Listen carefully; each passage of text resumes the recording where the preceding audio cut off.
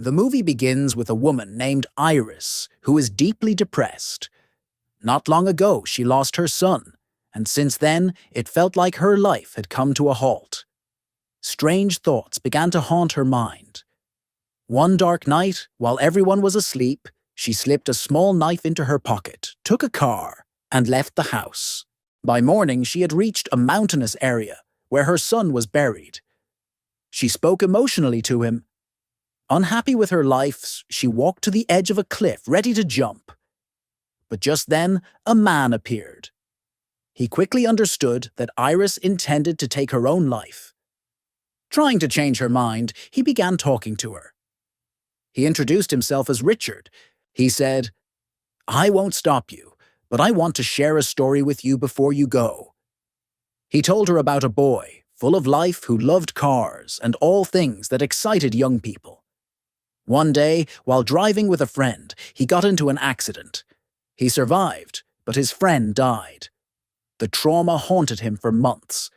Eventually, he realized his family still loved him and was waiting for him to recover. He understood how wrong he had been to try to pause his life. Richard told Iris the point of the story was that nobody truly wants to die. It's just the weak moments that take us there. Then he said, "If you still want to die, go ahead. I'm leaving." And he walked away. But his words had struck a chord with Iris. She stepped away from the cliff and headed back to her car. As she got there, she noticed Richard had parked his car right next to hers, blocking her door. Richard walked over, holding an umbrella. Odd, since it was sunny. Suddenly, he attacked her with the umbrella, which turned out to be electric.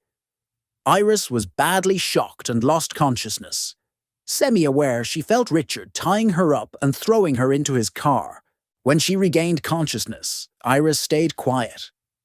She cleverly tried to use her smartwatch to call her husband, but Richard noticed. He told her, "It won't work. There's no signal here." Plan failed. Iris remembered the knife in her pocket. She quietly cut her bindings while distracting Richard with conversation. As soon as her hands were free, she attacked him. The car lost balance, crashed into a tree, and both were injured. Iris immediately tried to strangle Richard with a seatbelt, but he fought back. She attacked again, causing both of them to fall out of the car. Holding a knife to Richard, he said smugly, "Do you think I'm stupid? I injected you earlier. Your whole body will be paralyzed in 20 minutes. You won't even be able to speak." This terrified Iris. She tried running into the forest, but her body was already starting to shut down. Eventually, her legs stopped working and she started crawling. Richard was close. Iris hid under tree bark, but ants started crawling on her and she screamed, revealing her location. To escape, she dragged herself into a river, ignoring Richard's shouts that she would drown. She couldn't swim, but the current carried her to the other side. There, she saw a farmhouse and tried to crawl toward it. Just before reaching it, she collapsed, completely paralyzed except for her eyes. An old man who worked there spotted her. He asked simple, yes-no questions, and Iris responded by blinking. Once for yes, twice for no. Understanding this, the old man laid her on a grass trolley and brought her inside. Soon after, someone knocked on the door. Iris blinked frantically, signaling the old man that she was in danger. The old man hid her behind the sofa. When he opened the door, it was Richard, pretending to be her husband.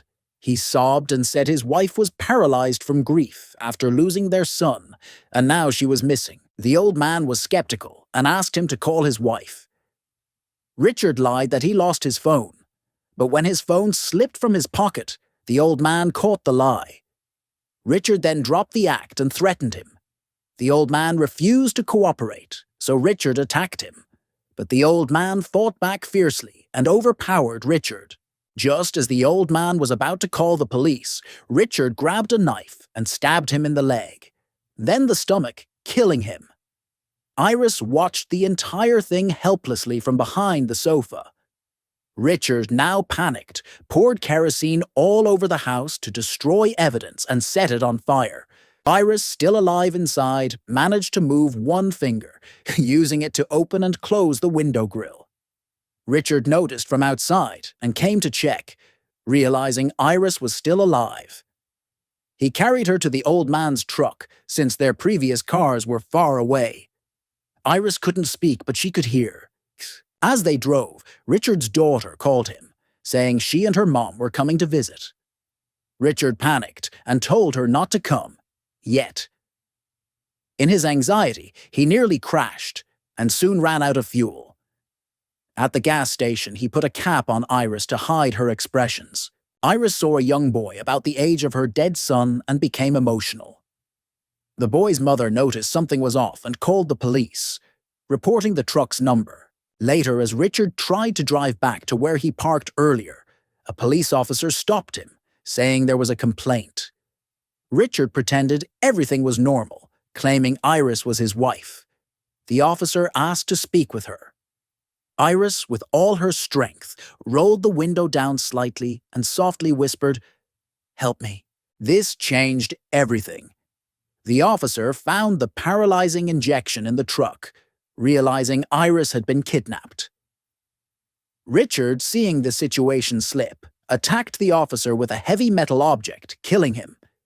He then burned the officer's car, erasing all evidence. Just like before, Iris had now lost all hope. She was still paralyzed, but the effect was wearing off. Her voice returned. She started talking to Richard, trying to emotionally manipulate him by bringing up his daughter.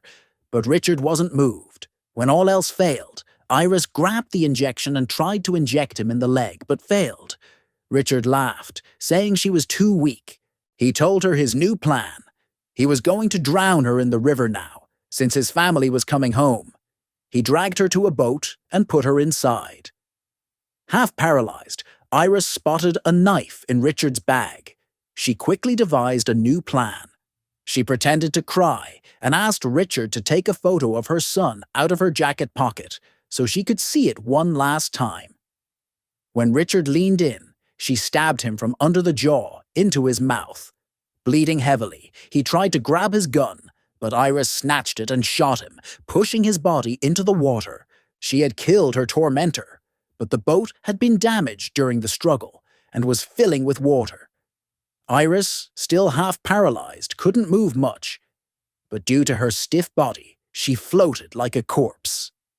When she regained full control, she swam to the shore and laughed in disbelief. She had survived a psychopath. Just as she was about to leave, she noticed Richard had also survived and was barely alive on the other side.